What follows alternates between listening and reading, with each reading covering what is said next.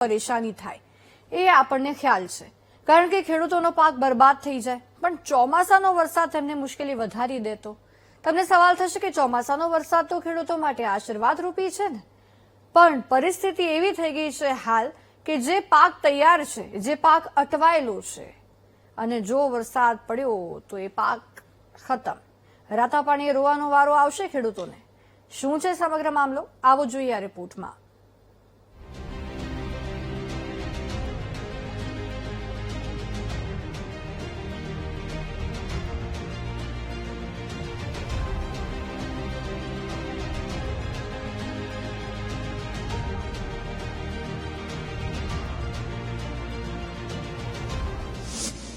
ડીઝલનો દુકાળ, ખોરવાઈ ટ્રાન્સપોર્ટ સેવા, માર્કેટિંગ યાર્ડ પાકથી ઉભરાયું. જો વરસાદ પડ્યો તો મોંમાં આવેલો કોળિયો છીનવાશે. વાત છે રાજકોટ જિલ્લાના જસદણ અને તેની આસપાસના ખેડૂતોની, જેઓ હાલ ભારે ચિંતામાં છે. કારણ કે જસદણ માર્કેટિંગ યાર્ડ, જે આસપાસના ગ્રામ્ય વિસ્તારો માટે વેપારનું કેન્દ્ર છે, ત્યાં હાલ સ્થિતિ ગંભીર બની છે. ડીઝલની અછતને કારણે ટ્રકો અને અન્ય માલવાહક વાહનોની અવરજવર પર સીધી અસર પડી છે. પૂરતું ઇંધણ ન મળવાને કારણે વાહનોના પૈડા થંભી ગયા છે, જેના પરિણામે યાર્ડમાં જણસીનો જથ્થો સતત વધી રહ્યો છે. વેપારીઓના ગોડાઉન અને શેડ અત્યારે ચિક્કાર ભરાઈ ગયા છે. ખાસ કરીને કપાસ, મગફળી, તલ, મગ અને ચણા જેવી મહત્વની જણસીઓનો મોટો જથ્થો અટવાઈ પડ્યો છે. એક તરફ વેપારીઓ જૂનો માલ બહાર મોકલી શકતા નથી, તો બીજી તરફ ખેડૂતો પોતાની જણસી લઈને યાર્ડમાં આવી રહ્યા છે. યાર્ડમાં જગ્યાના અભાવે ખેડૂતોને તેમનો માલ ઉતારવામાં ભારે હાલાકી ભોગવવી પડી રહી છે.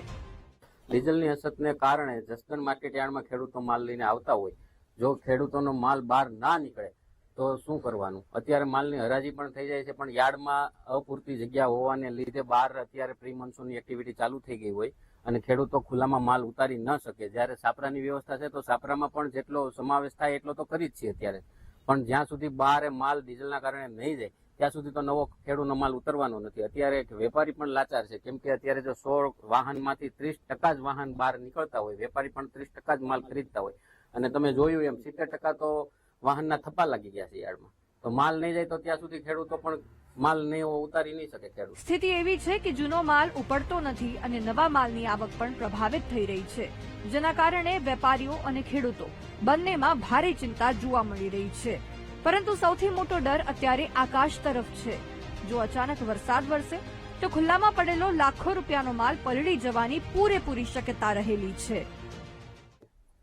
અને ખેડૂતો અત્યારે એટલા હેરાન છે કે પ્રી મોન્સૂન એક્ટિવિટી ચાલુ થઈ ગઈ છે, બરાબર. ખેડૂતોને વાવણી નજીક આવી ગઈ છે. 10 થી 15 દિવસમાં વાવણીનો ટાઈમ છે. ખેડૂતોને હજી જમીનમાં ખેડ કરવાની બાકી છે. હવે એવું થઈ ગયું છે કે બળદ તો કોઈ પાસે છે નહીં, તો ખેડૂતો ખેતી શેનાથી કરશે? ટ્રેક્ટરથી. ટ્રેક્ટરમાં ડીઝલ આપતા નથી તો એને શું કરવાનું? પ્લસ બીજા નંબરમાં ખેડૂતોને માલ અત્યારે વેચવો ફરજિયાત છે, કેમ કે બિયારણ, ખાતર આ બધું અત્યારે લેવું પડે એમને. એના લીધે એને માલ વેચવો પડે. એના ઘરમાં જે કઈ માલ પીડ્યો હોય માલ વેચવા અહીંયા સુધી આવી શકતા નથી. એનું કારણ શું? ડીઝલ.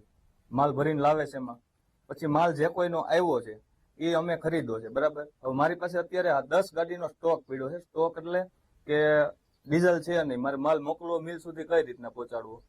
હાલ તો જસદણ યાર્ડના તમામ હિતધારકોની નજર ડીઝલ સપ્લાય પર ટકેલી છે. સૌ કોઈ ઈચ્છી રહ્યા છે કે વહેલી તકે ડીઝલનો પુરવઠો સામાન્ય થાય, જેથી અટકેલું પરિવહન ફરી શરૂ થઈ શકે અને આર્થિક સંકટમાંથી ઉગરી શકાય. આમ ડીઝલની એક નાનકડી અછતે જસદણ યાર્ડના અર્થતંત્રને બ્રેક મારી દીધી છે. જો વહીવટી તંત્ર દ્વારા વહેલી તકે પગલાં લેવામાં નહીં આવે તો ખેડૂતોના પરસેવાની કમાણી પર વરસાદી પાણી ફરી વળે તેવી ભીતિ સેવાઈ રહી છે. કાળુ રાઠોડ, વીટીવી ન્યૂઝ, જસદણ.